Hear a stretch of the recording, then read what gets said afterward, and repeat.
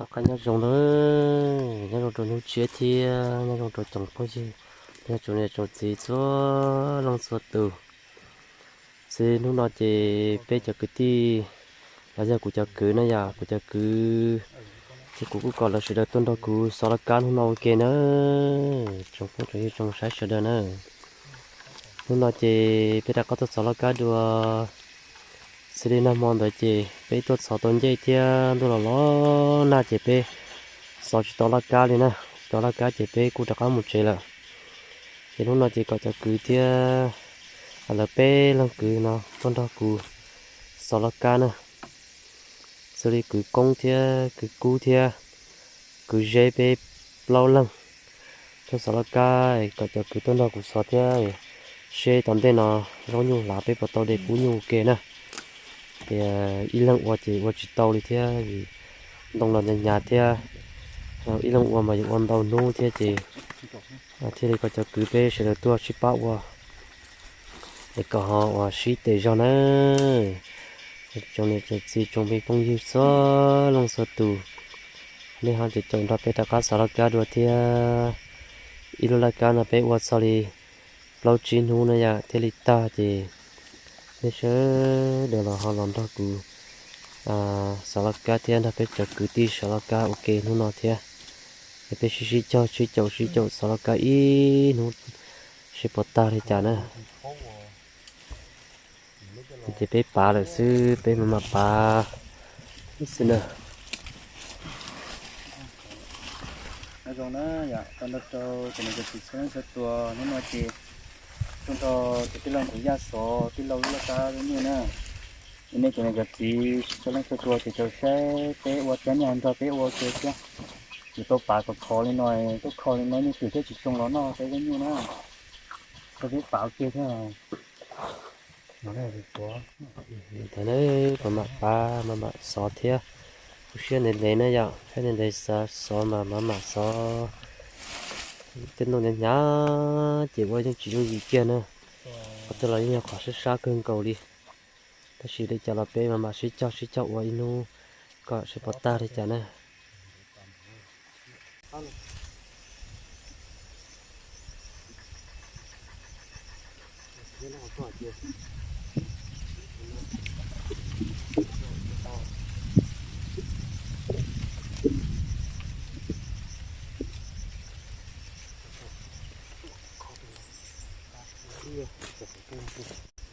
theo bé lăng là cái đồ của ta kia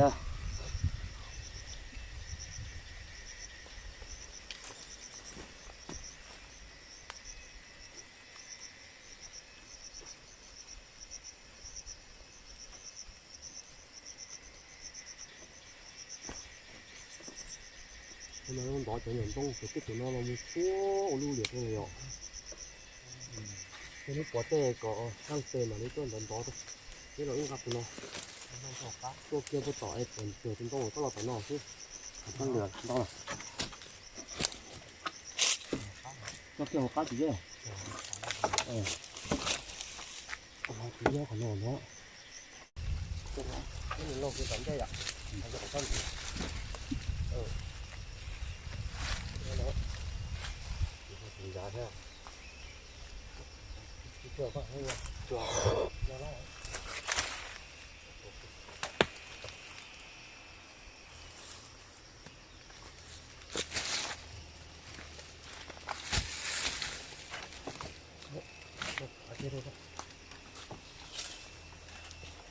không phải có cái đấy cái đó chuột bón thì có tốt không có tao nó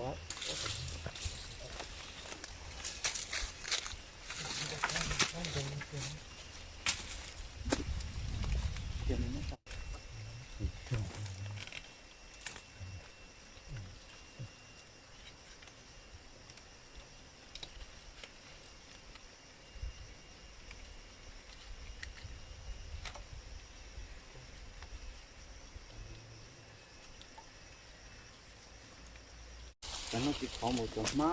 nó lé dạ có ra không nó chỉ có một đó thì cái chữ để có phát hiện nó mà 那来一起先坐回去老。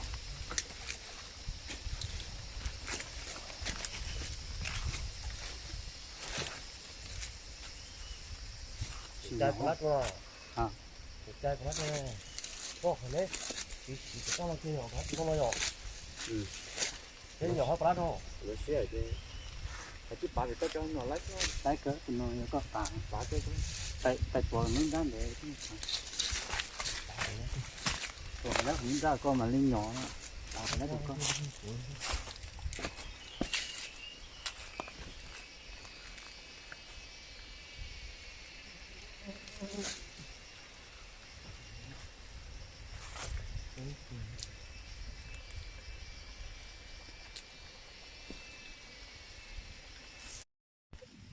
bây giờ bà lọt sau đó mà trên đó đấy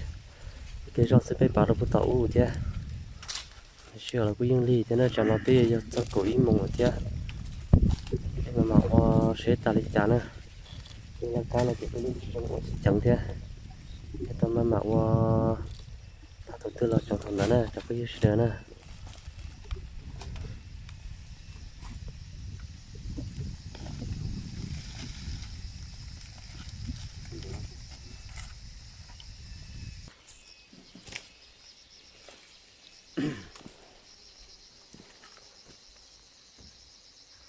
cái này có đặc món này ít không cho lọt bà kia là nó chỉ chùa rồi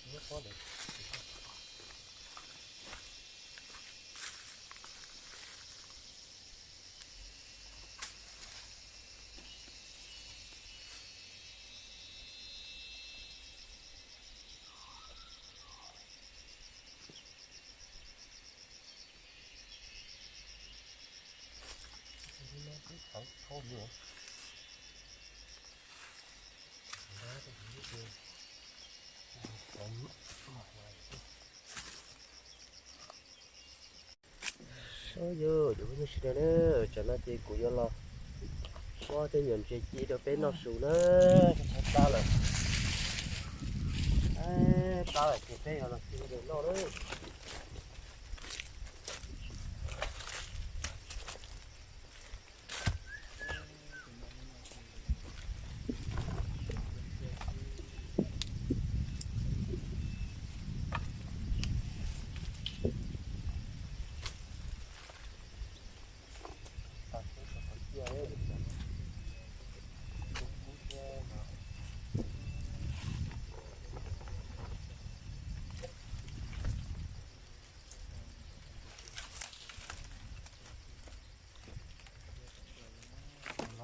nó cái gì đó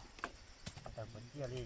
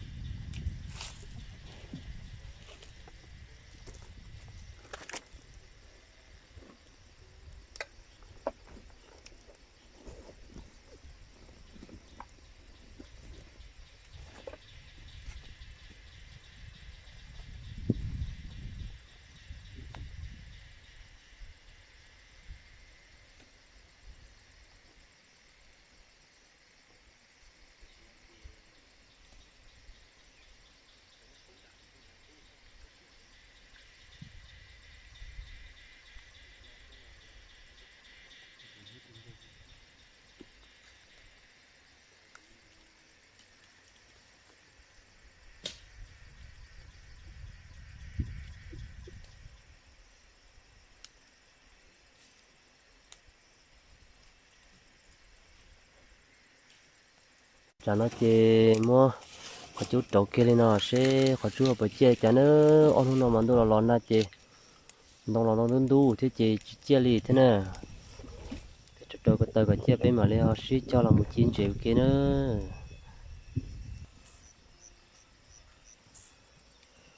chả nó chơi cũng muốn chơi cho là chi kia nữa muốn chơi cho là chi là mà chi thế có chú là chơi chỉ cho lo thế chơi mà chi nó sẽ nên để nó chơi để long thế xíu nè khỏi chú cho bé té sẽ chỉ chú muốn dạy cho nó giờ chú muốn dạy chỉ bé mà chỉ xíu mà mất chỉ nó chỉ tới do sẽ bé mà nên nó sù kia đó sẽ lá cơn gồ lại cho cứ là cứ sai cơn gồ bé cứ là soi bé cho mà đi mua lá cá được nè sẽ được cứ là soi rồi là thế chỉ bé nó sù cho bé mà mua được nè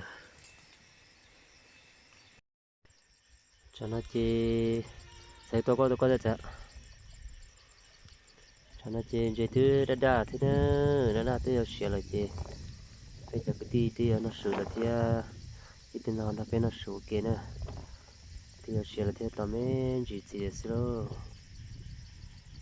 nó sửa cái này ở bên dưới nó chứ nó cái lòng cái là sửa kia cái này thì rồi nó sửa cái sai đấy cái có mỏ cái không là cái gì đó cái cường cho nó sẽ tôi chỉ cho nó là nó cho để cái này nó chỉ mới chỉ nó thì khi nó tàu nó có cho sản xuất sữa cho nó mỏ sữa cho nên thì cái gì cái con cái có cái gì để cái nó kia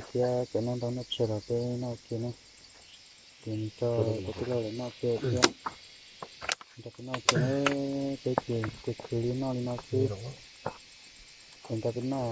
còn cái gì xong cái kia thì mình cho cái lô nó kia nghe để lon gì dùng nha nó mỏ kia nè cái tôi đã chỉ lấy chỉ tế nhưng mà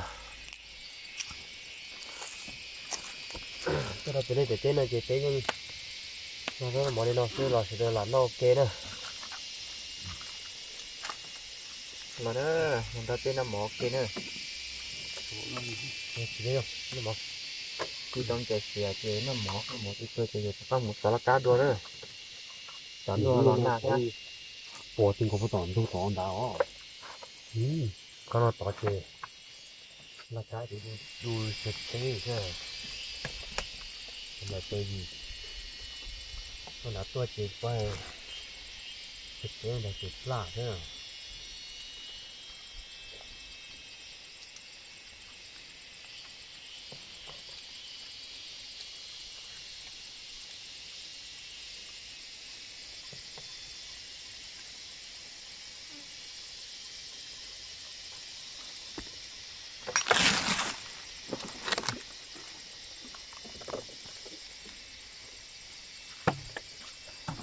cút con gỗ lạ là phải cứ chặt cút cho đó rồi đó đầu tiên nó xuống kia mình cái này phôi kia cho mình chỉ cho lên số tụ nó cái nó anh chế chứ kia bán được phó thì chế này đó hiện tại chuẩn bị để tài chế để nó nói cái gì mà không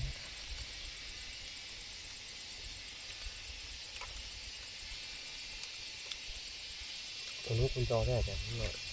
không có bị nhiều cái to đến chơi giỏi nó giảm mà không có nhưng mà giờ thì cái đấy to nó cắt cho nó vậy nhiều nó to nhiều lên thì cái nó bỏ ra cái sao hồ à cái gì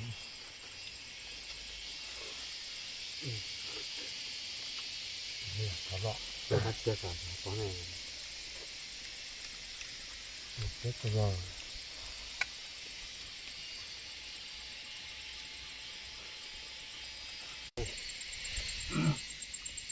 chúng tôi phải cha có cái đấy lúc thì thế nó tự qua đi thế nó chẳng là để đi nữa tôi chúng nó chấm chuyến nó cha đấy tên non để cho còn chỗ đó mà nó tất cả chơi chứ mà tiền đó chẳng nó chơi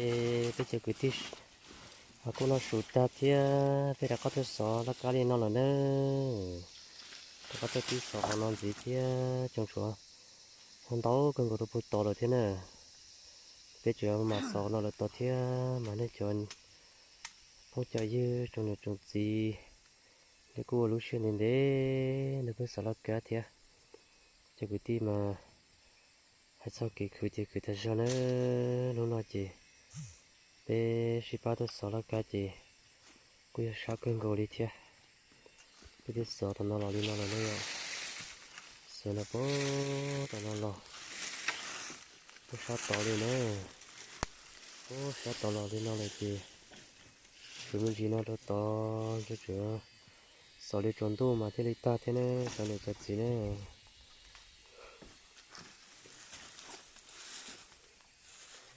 cho nó chị tụi ba cái cười ta to bí sò nó chứ mà chỉ khó là cả nó có lái đâu thế mà đi một sáu to nó toàn đây toàn gì thế này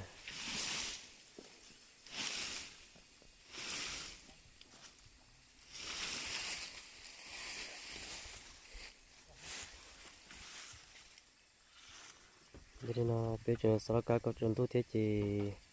một chỗ đó này cho nên cho chị cho phong cho gì thì số năng số tù lúc xí hở lúc chơi nhau hoặc là cho bây giờ cái gì sau cả nó thì để tên mà đi xin gì được rồi lúc chơi nữa anh nhớ cho nên số năng số tù tên mà đi xin gì được nữa